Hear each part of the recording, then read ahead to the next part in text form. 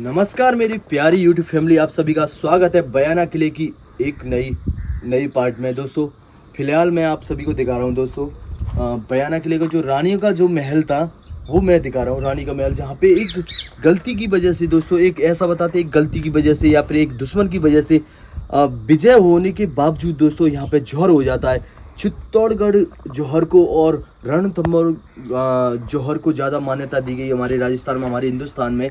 पर दोस्तों मैं ऐसा कोई इतिहासकार ऐसा मानते हैं जो बयाना किला का जो जौहर था वही सबसे ज़्यादा प्राचीन और सबसे ज़्यादा ऐतिहासिक जौहर था। उसकी सारी हम जानकारी इस वीडियो के माध्यम से देंगे। और दोस्तों और जहाँ पे रानी सती हुई थी और उनके जो हाथों के निशान थे और सिर के निशान है वो भी हम रानी के महल में दिखाएंगे। चलिए चलते हम रास्ते से दिखाने, आइए।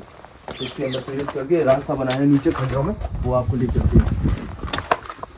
चलिए हम अब रानी के महल की तरफ चलते हैं इसी रास्ते। और दोस्तों पौराणिक मान्यता ये है कि यहाँ पे जो बाणासुर का राज्य था, यदुवंशी जो ये असुरों का राजा था। और दोस्तों वहाँ उसकी एक लड़की थी उषा।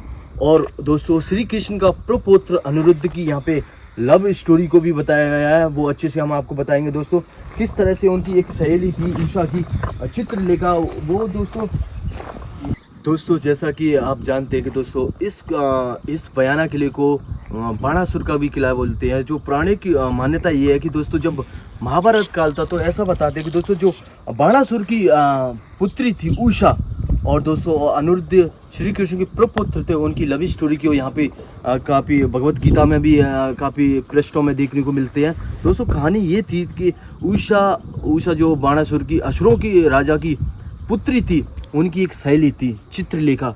तो दोस्तों चित्रलेखा जो उनकी उषा की सहेली, तो उनको जाके सपनों में जो चित्र आया था नवयुवक, बहुत ही सुंदर एक युवा का वो स्वप्न देखती हैं उषा जो बाणासुर की लड़की थी। तो अपनी सहेली को बताते कि सारी बात कि ऐसे ऐसे नवयुवक मुझे पसंद आया।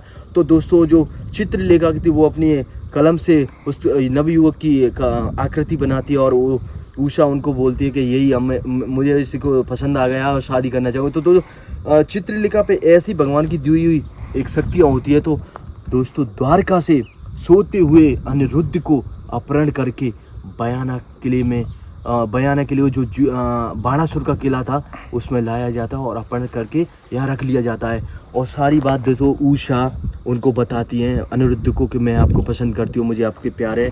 इलू हो गया था दोस्तों। तो अनिरुद्ध भी उषा को बहुत प्रेम करने लगते हैं और यहाँ पे ही बस जाते हैं दोस्तों अच्छे से रहने। और इस बात का पता चलता है बलदाऊ और श्री कृष्ण को, तो वो क्रोधित होते हैं कि मेरा प्रपुत्र वहाँ पे बाणासुर राक्षस ने कैद कर लिया है। पर पूरी कहानी उनको इतना मालूम नहीं थी, तो सीधा चढ़ाई के तौर यहाँ आते हैं दोस्तों। और जो असुरों का राजा था बाणासुर, वो भी कोई आम राजा नहीं था, उसको भी भगवान शिव का वरदान था। तो दोस्तों ऐसा मानते हैं कि भगवान श्री कृष्ण स्वयं यहाँ पे युद्ध करने, चढ़ाई करने आते हैं बाणासुर के किले पे। वो भी हर का मुंह देखते हैं ना, मतलब टकराव बहुत खतरनाक घमासान युद्ध होता है दोस्तों, क्योंकि उनको वरदान था शिव जी का कि जो श्री कृष्ण का चक्र था वो भी परास्त हो जाते हैं। तो शिव जी ऐसी कोई रणनीति बनाते हैं, तो अंत में जाके बाणासुर का पराजित होते हैं और श्री कृष्ण विजय प्राप्त करते हैं। और उनके बाद में जैसे श्री कृष्ण विजय प्राप्त करने के बाद अनिरुद्ध और उषा का यहाँ पे बहुत सुंदर तरीके से ब्याह होता है। ये पूरी कहानी है दोस्तों। अभी हम चलते हैं और नई एक और पार्ट की तरफ। चलिए ये कहानी दोस्तों एक तरह से बाणासुर की पुत्री उषा और अनिरुद्ध की लव स्टोरी से जुड़ा हुआ ये खुला बयाना का। चलिए आइए।